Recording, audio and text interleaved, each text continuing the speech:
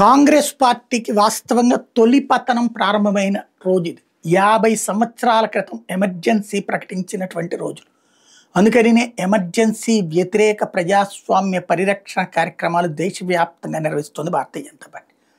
Last year ప్రకటించారు, ఏడాది పొడవు నిర్వహించాలని, కానీ పెద్దగా చేసినట్లేరు. ఇప్పుడు కరెక్ట్గా 50 ఏళ్లకి సంబంధించినటువంటి కాంగ్రెస్ పార్టీ తప్ప అసలు ఇంకొక పార్టీ అధికారం అసాధ్యం.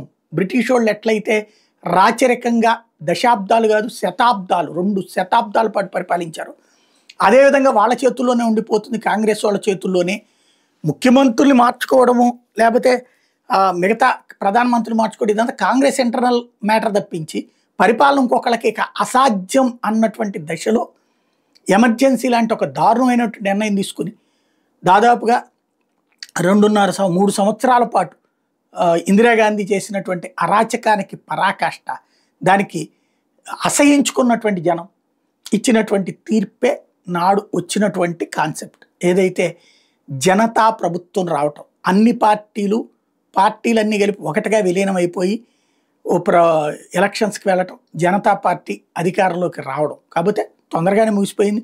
ఇందిరాగాంధీ డ్రామాకి మళ్ళీ కరిగిపోయారు జనం, నడిచిపోయింది. కానీ అసలు ఒక ప్రజలకుండే హక్కుల్ని కాలరాసి మాట్లాడగలిగే ప్రతి ఒక్కళ్ళని జైళ్లలో పెట్టి, జైళ్లలో లక్షలాది మందిని పెట్టి బ్రిటిష్ వాళ్ళు కూడా చేయలేనటువంటి అరాచకాన్ని చేయగలిగేది కాంగ్రెస్ పార్టీ అన్నది నిరూపించిన రోజు అనమాట.